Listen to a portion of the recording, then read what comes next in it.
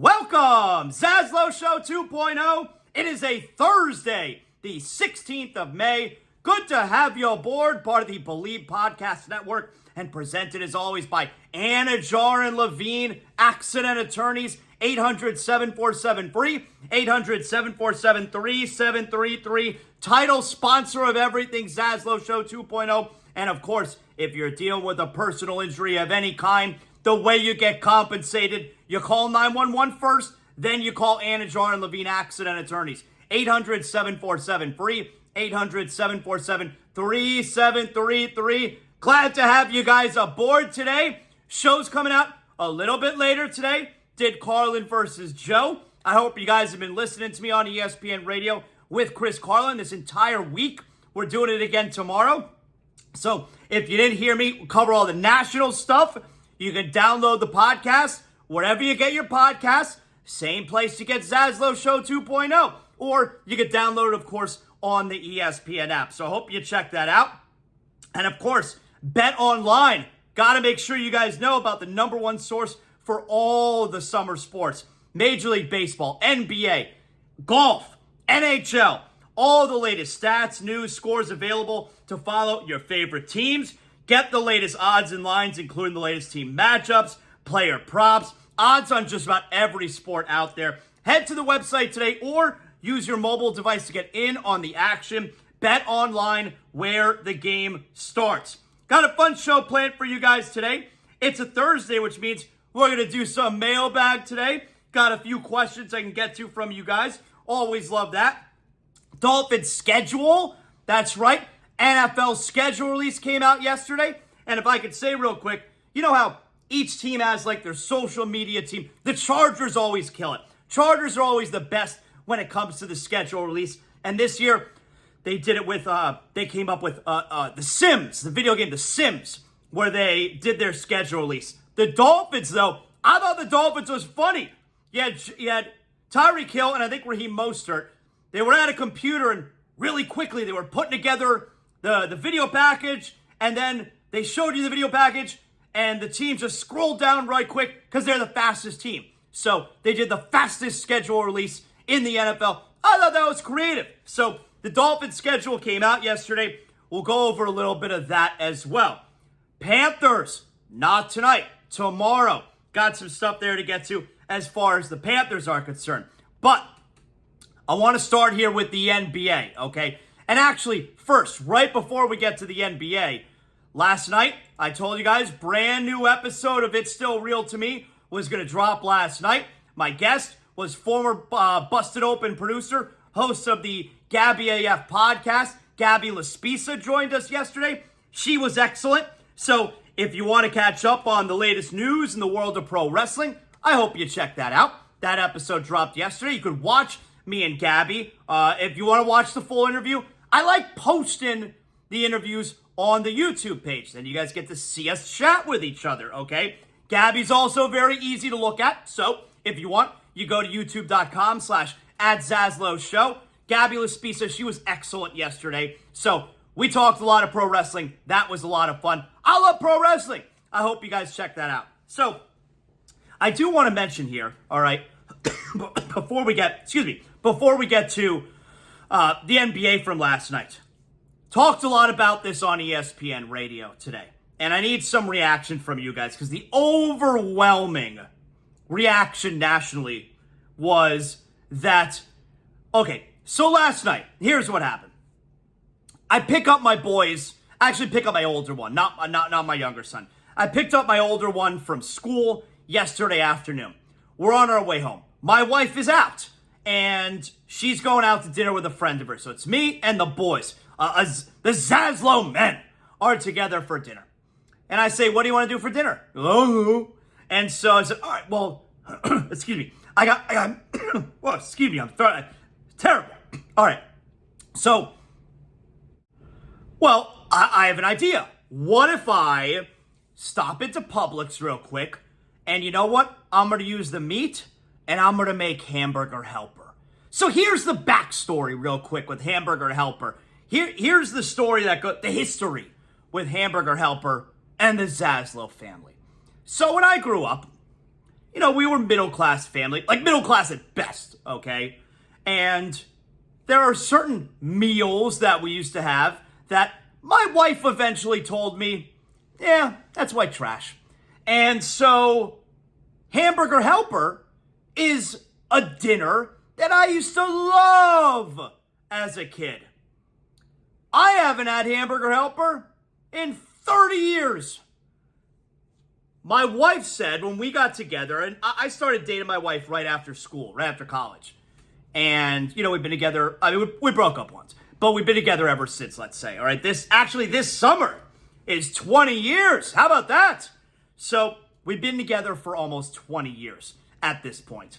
And she told me that's not the kind of meal we're going to have together. And it's certainly not the kind of meal that we're going to have with our kids. Hamburger Helper is white trash. There were several other meals or food items that she considers to be white trash that I had no idea would be considered low rent like that.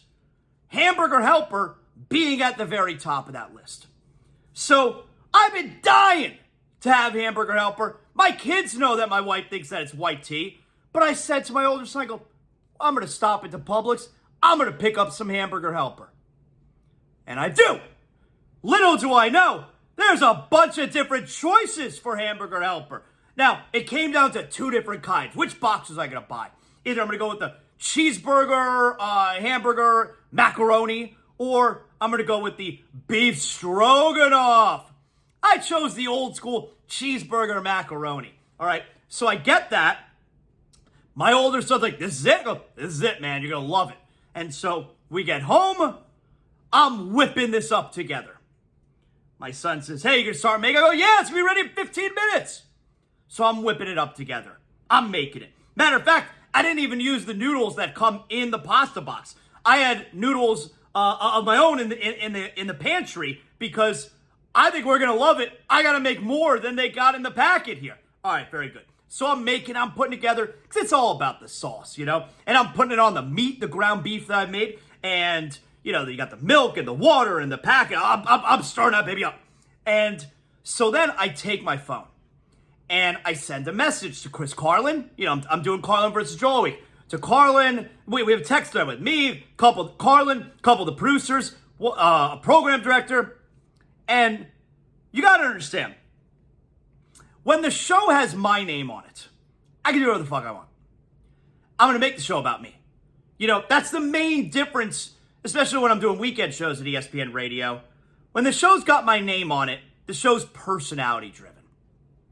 But when it doesn't have my name on it, like if I'm hosting prime time or game day or game night, show's not about me, okay?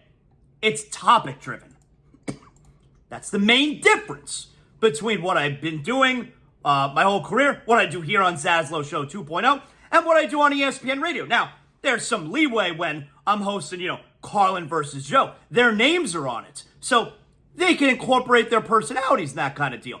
And I'll also tell you, the guys at ESPN have been fantastic with me being able to incorporate my personality into all the shows I do. I do not feel limited. I think I'm doing a good job incorporating my personality into all the shows I do. But yesterday was 2 straight days working with Carlin. And so now, you know what? I'm feeling a little bit more comfortable. So I'm stirring up the sauce, the Hamburger Helper. I take my phone. I get on that text thread. And I just write, is Hamburger Helper white trash? That's all I write. Because I'm getting more comfortable with these guys. Like, I'm going to let the personality flow a little bit. And Carlin immediately writes back, really close, really, really close. And then our program director writes back, my wife says it is white trash. And then our producer writes back, this needs to be talked about on the show tomorrow. So we did that on the show today. So you guys can always get at me at ZASLOW Show. Carlin put out a poll. I lost in overwhelming fashion. The grand majority of the national audience said Hamburger Helper is white trash. Now, to finish the story here. Oh, by the way, shocker of all shockers. We're talking about this on Carlin versus Joe today. I get a text message from, the bougiest, Amber Wilson. And she tells me, Hamburger Helper and Tuna Helper is the bomb. I used to make it all the time when I was young. I told her, I don't think I've ever been more shocked about anything you've told me than you tell me right now that you, bougie Amber Wilson, loves Hamburger Helper. Now, she also said she hasn't had it since she was young, but yeah, she's a very old lady now, but she loves Hamburger and Tuna Helper. How about that? So, anyway, the way the story goes, I finished making it. I told my boys, do not tell your mother. Now, not that we're not going to tell her. We're going to tell her face-to-face in person. So, I sit down with my boys. I fix them up a nice bowl of the Hamburger Helper. I'm so excited, like, oh my God, please like it, please like it. Because if they don't like it, if they tell me it's white trash, my wife wins. And you know what? Sometimes it's nice if I get a win.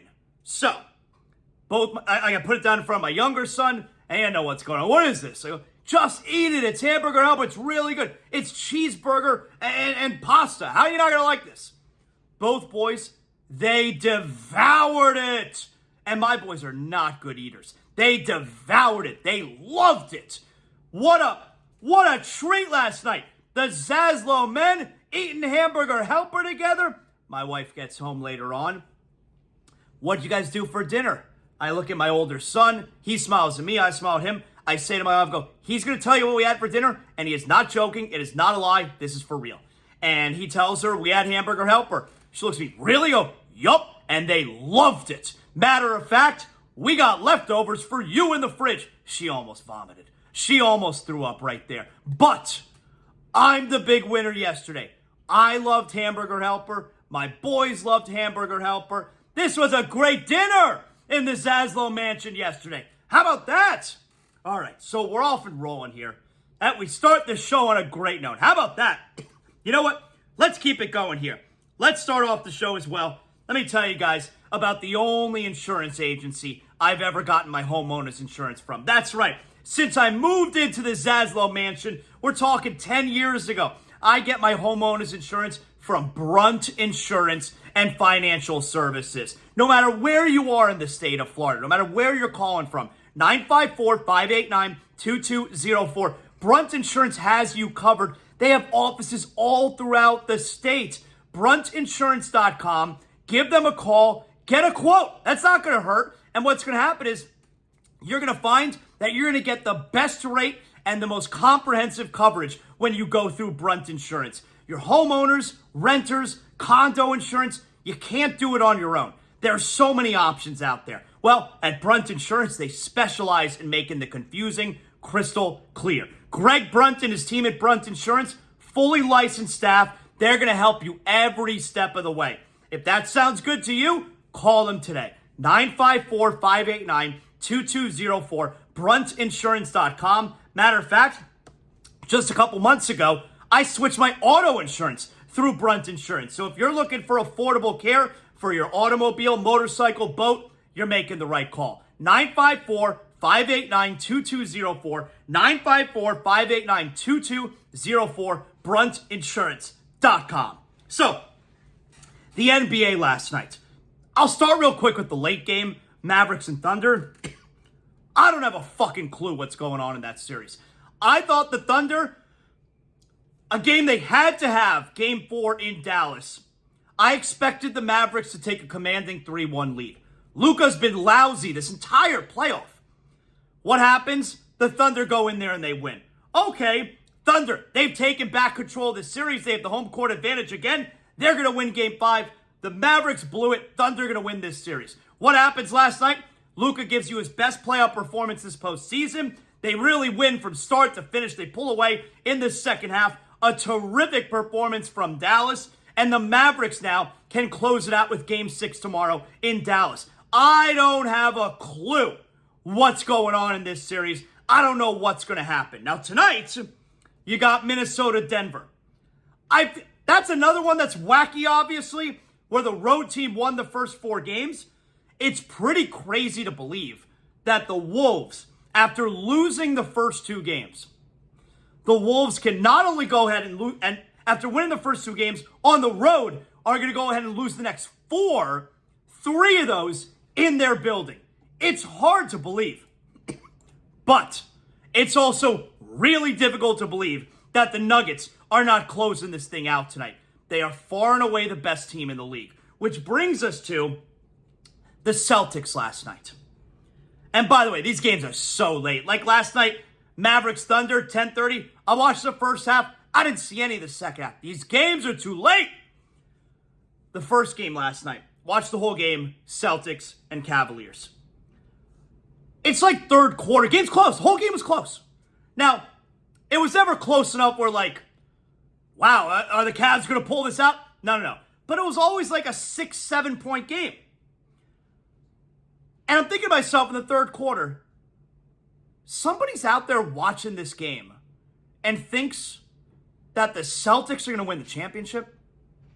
Somebody's out there watching this game right now and they think that this Celtic team can beat the Nuggets in a 7-game series. We're not talking about beat the Nuggets in a game. We're talking about beat them 4 times. I don't think the Celtics can beat the Nuggets 1 time. Somebody watched that game last night and thinks they could beat them in a 7-game series? No chance. I don't buy it. That was my prevailing opinion from last night. How are they going to beat that? You're watching this offense, right? It's all it's dribble, step back 3-pointer.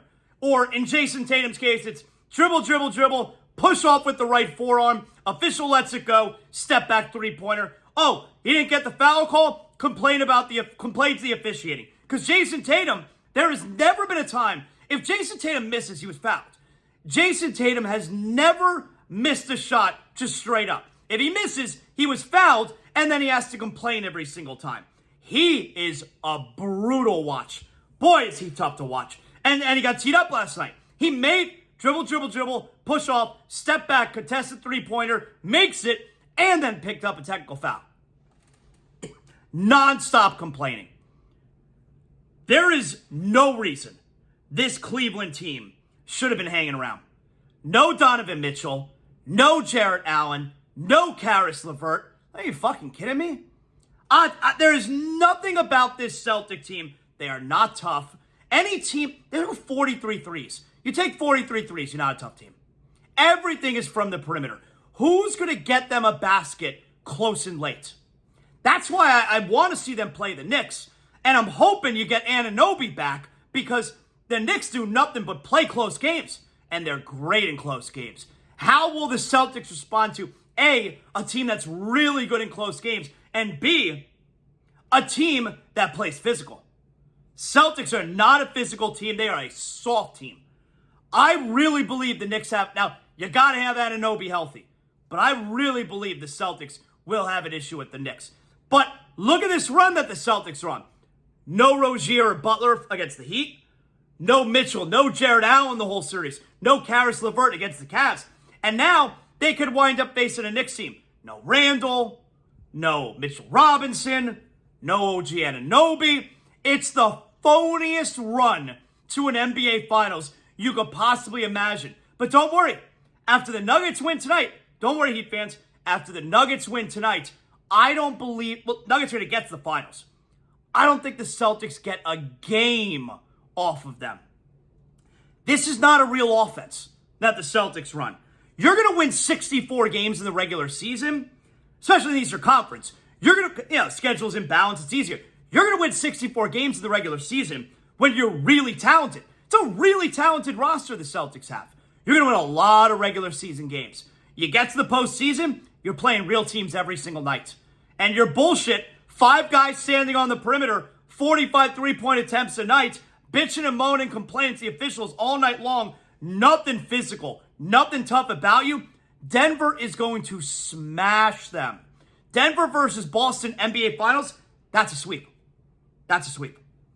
Now, the other side of this equation, which is also interesting, all right, is, and first of all, let me tell you what else is interesting. We're in the month of May, right?